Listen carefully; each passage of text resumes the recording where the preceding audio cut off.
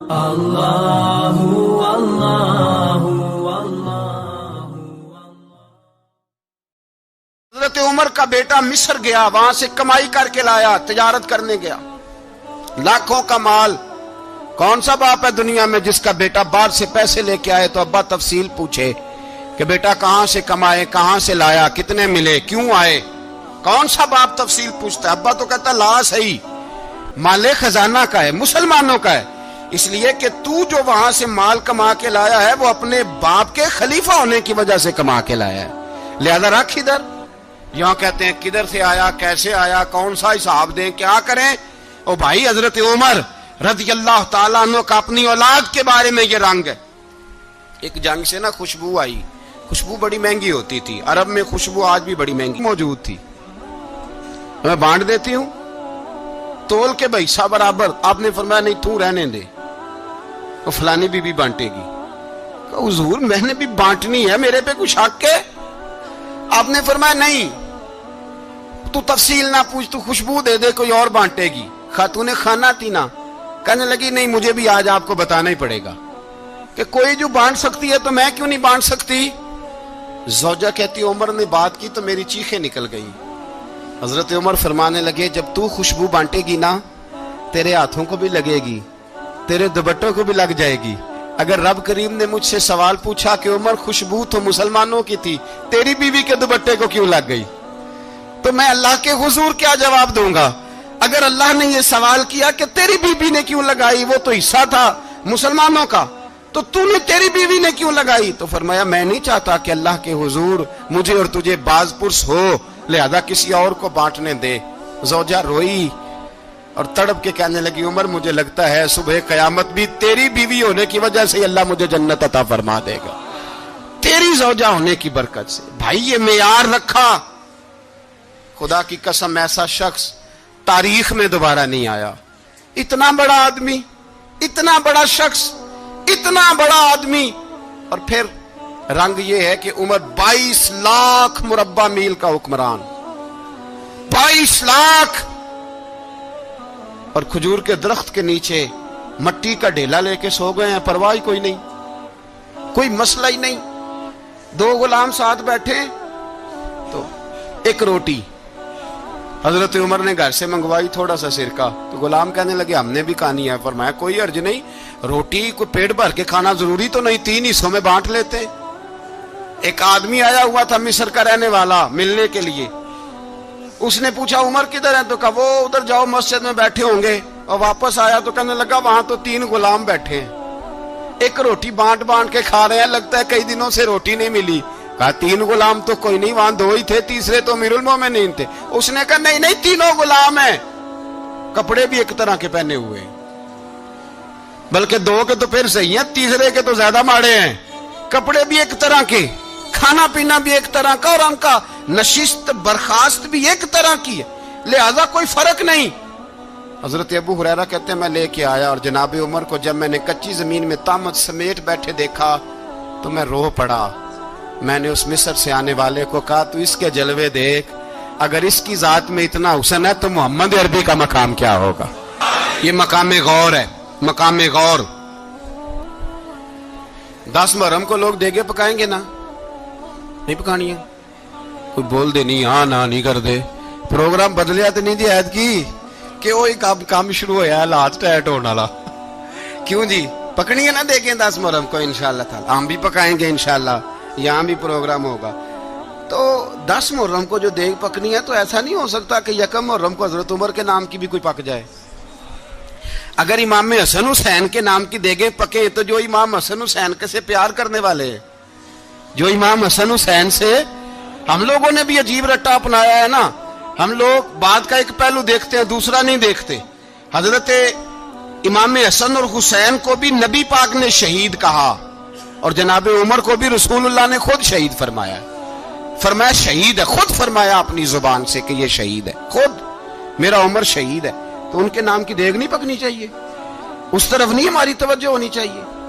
اور اہل بیت نبو، یہ بات میں پہلے بھی کرتا ہوں، آج پھر کرنا ضروری سمجھتا ہوں، اہل بیت کا پیار، سن لو کان کھول کے، اہل بیت کا پیار اگر ہمیں کسی نے سکھایا ہے تو سیدنا عمر فاروق نے سکھایا ہے۔ اہل بیت نبوت کی محبت اگر کسی نے سکھائی ہے تو کس نے سکھائی ہے؟ بول کے بتائیے. حضرت عمر نے. اہل بیت کا پیار ہمیں حضرت عمر نے بول کر کے سکھایا ہے. بھائی یاد رکھیں کرتے ہو یعنی اللہ دور کرتا ہے. فرمایا تم غیروں کو اگر عہدے دو گے تو اپنوں کا کیا بنے گا؟ اگر تم غیروں کو عہدے دو گے تو اپنوں کا. یہ سوچ ہے جو آج برما کے مسلمانوں کے لیے بھی ضروری ہے. کہا اگر تم غیروں کو عہدے دو گے تو اپنوں کا. ہم نے غیروں کو عہدے دیے تو دیکھا نا اپنے کس طرح کاٹے جا رہے ہیں. غیروں کو جو عہدے دے دیے جرانے سارے غیروں سے. روز دعویٰ ہوتا ہے چین ہمارا سجن ہے, چین ہمارا دوست ہے. او بھائی دوست ہے تو اس سے کہو نا کہ برما تو تمہاری ایک چھوٹی سی ریاست ہے, چین کے بغیر تو وہ سانس بھی نہیں لے سکتا. اس کو کہو نا اس حکومت پہ دباؤ ڈالے. لیکن ہم لوگوں نے غیروں کو عہدے دیے تو اپنے پس گئے. حضرت عمر کہتے تھے ذمہ کا ہم ادب کریں گے. ذمہ کافر کا ہم, ایسا کافر جو مسلمان ریاست کو قبول کرے, بدامنی نہ پھیلائے. ایک آدمی کو آپ نے دیکھا آنکھوں سے نابینا ہے اور بھیک مانگ رہا ہے, تو حضرت عمر کو نظر آ گیا. فرمایا کون ہو؟ اس نے کہا میں یہودی ہوں. فرمایا بھیک کیوں مانگتے ہو؟ کہا جب تک تندرست تھا مسلمانوں کو جزیہ دیتا تھا, بوڑھا ہو گیا ہوں کیا کروں. حضرت عمر نے گھوڑے کی پشت پہ بٹھایا, کافر کو گھوڑے کی پشت پہ بٹھایا اور بٹھا کے مدینے لائے. حضرت علی شیر خدا وزیر خزانہ تھے. فرمایا علی اس کا وظیفہ جاری کرو. کہا یہ کون ہے؟ فرمایا یہ یہودی ہے لیکن یہ ہمیں جزیہ دیتا رہا, بوڑھا ہو گیا بیچارہ, بھیک مانگنے پہ مجبور ہے, ہماری حکومت کے اندر رہتا ہے, اس کا پورا وظیفہ جتنا خرچہ اتنا وظیفہ لگاؤ. حضرت علی کہتے ہیں میں وظیفہ لگا رہا تھا اور وہ میرے نبی کا کلمہ پڑھ رہا تھا, وہ رسول اللہ کا کلمہ پڑھ رہا تھا. یہ مزاج, یہ نہیں کہ کافر. حضرت عمر نے گورنروں کو خط لکھے تھے کہ زبردستی کسی کو مسلمان نہیں کرنا, جہاں ان کی عبادت گاہیں بنی ہو گرانی نہیں, کوئی مندر کوئی گرجا ضائع نہیں کرنا. اسلام سب کو جینے کا موقع دیتا ہے, پر بے ایمانو ظالموں بدذاتو تمہیں یہ کہتا ہے کہ ہم تمہیں جینے کا موقع دیتے, تم بھی مسلمانوں کو جینے کا موقع دو. یہ جہاں بستے ہیں جہاں رہتے ہیں انہیں وہاں جینے کا موقع دو, انہیں بھی اللہ اکبر کہنے کا موقع دو, انہیں بھی قرآن پڑھنے کا موقع دو, انہیں بھی رسول اللہ پر درود پڑھنے کا موقع دو. ہمارے ملک میں عیسائی اپنی مرضی سے کھلے عام تبلیغ کرتے ہیں. یہاں تو چینل چلائے ہیں عیسائیوں نے. کسی مذہبی جماعت نے کبھی جلوس نکالا ہے کہ عیسائیوں کا چینل بند کرو؟ بولے نکلا ہے کہ نہیں نکلا؟ کتنے ظلم کی بات ہے. ہم جب غیر کو اتنا تحفظ دیتے ہیں, ہم نے دیکھا ہے, مجھے 20 لوگوں نے عید پہ ٹیلی فون کیے کہ عیسائیوں کو قربانی کا گوشت دے لیں. مجبور ہیں جی, دروازے پہ آ گئے ہیں, ہمارے کام کاج کرتے ہیں. 20 لوگ, عام آدمی کے دل میں ان کا اتنا جذبہ ہے, وہ مسائل کا بیان کرنا ایک علیحدہ بات, لیکن ہمارے دل کافر کے حق میں بھی نرم ہو جاتے ہیں. تم کس قدر زیادہ بے ایمان ہو اور کفر کس قدر زیادہ ذلیل ہو گیا ہے کہ مسلمان کے حق میں نرم ہوتا ہی نہیں. اور اس سے بڑے ذلیل وہ ہیں جو ان ذلیلوں کے سپورٹر ہیں. وہ کسی عرب ملک کے حکمران ہو یا کسی اور جگہ کے, وہ بڑے ذلیل ہیں جو ان ذلیلوں کے سپورٹر ہیں, جو برما کی بچیوں کے قتل پر اپنی حکومتیں چمکا رہے ہیں. انہیں شرم نہیں آتی. اس قدر مسلمان تڑپا ہے لیکن ان بے غیرتوں کو ذرا ہوش نہیں آئی. اور یہ ان کے کماش, ان کے دلال جو ہر جگہ ان کی سپورٹ کر کے اپنی حکومتیں قائم کرتے ہیں, ان بے ایمانوں کو پتہ نہیں کہ کب ان پر اللہ کا عذاب اترے گا اور کس طرح ان کے پرخشے اڑیں گے. تمہیں اپنی ذلت اور رسوائی نظر نہیں آ رہی کہ زمین کس طرح تمہارے لیے تنگ ہو گئی ہے؟ اس سے زیادہ اور تمہاری رسوائی کیا ہوگی؟ ڈرو اللہ سے. اور یہ تو دنیا کا عذاب ہے. ان بطش ربک لشدید, میرا رب کہتا ہے قیامت تو قائم ہونے دے. اتنا سخت تیرے رب کی پکڑ ہے, اتنی کسی دوسرے کی ہو سکتی؟ یاد رکھیں اور تھوڑا احتیاط کریں. ہم سب لوگ بھی, جو ہم لوگ آدھی زبان بول کے بھی ان کی سپورٹ کرتے, اب شرم آنی چاہیے ہمیں ان حکومتوں کی سپورٹ کرتے جو مسلمانوں کی لاشوں کے اوپر حکومتیں قائم کرتے ہیں. شرم آنی چاہیے. بہرحال بات دور نکل جائے گی اور میں اپنے مضمون پہ رہتا ہوں. اہل بیت کا پیار اگر سکھایا ہے تو جناب عمر نے سکھایا ہے رضی اللہ تعالی عنہ. امام حسن ملنے, آپ یقین کریں میں جب اس واقعہ کو پڑھتا ہوں تو میرا دل جھوم جاتا ہے. میں کہتا ہوں یار ڈاڈا ہونا اپنی جگہ پہ, عشق ہونا اپنی جگہ پہ, انسان کا باوقار ہونا اپنی جگہ. جہاں کھڑے ہونا تھا وہاں یہ کھڑے ہوتے تھے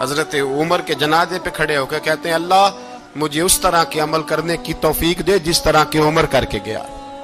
میرے بھائی بطل عزیز بطل حریت حضرت عمر رضی اللہ تعالیٰ عنہ جو اپنی زندگی انقلاب والی گزار کے گئے. عمر جب دنیا سے گئے تو 80 دینار کا قرضہ تھا. 22 لاکھ مربع میل کا حکمران. اور اپنے بیٹے سے کہنے لگے بیٹے کوشش کرنا تیرے خاندان والے مل کے میرا قرضہ اتار دے, میری قبر پہ بوجھ نہ رہے. اور اگر خاندان والے مدد نہ کریں تو میرے دوستوں سے بات کرنا, وہ مدد نہ کریں تو پھر علی سے بات کرنا. ان کا پیار آپس میں اتنا اور تو اختلاف ثابت کر رہا. 80 دینار کا قرضہ چھوڑ کر حضرت عمر دنیا سے گئے اور جاتی دفعہ کہہ گئے میرے بعد میرے بچوں کو حکومت کے مشورے میں بھی شامل نہ کرنا, حکومت کے مشورے میں بھی میری اولاد شامل نہ ہو. اتنا بڑا شخص اتنا بڑا رنگ دے کے یکم محرم کو جب عمر فاروق کا وصال ہوا تو بیٹے سے کہنے لگے اماں عائشہ سے جا کے کہو میرا بھی نبی پاک کے روزے میں دفن ہونے کو دل کرتا ہے, ایک قبر کی جگہ بھی سلام پڑھ کے جائے گا. جاؤ میں نے جگہ دی. اور اگر آپ نے ابھی تک ہمارا چینل سبسکرائب نہیں کیا تو فوراً سبسکرائب کیجئے, ساتھ ہی بیل آئیکن پر کلک کریں تاکہ مزید آنے والی ویڈیو ہے وہ آپ کو وقت پر ملتی رہیں. اللہ حافظ.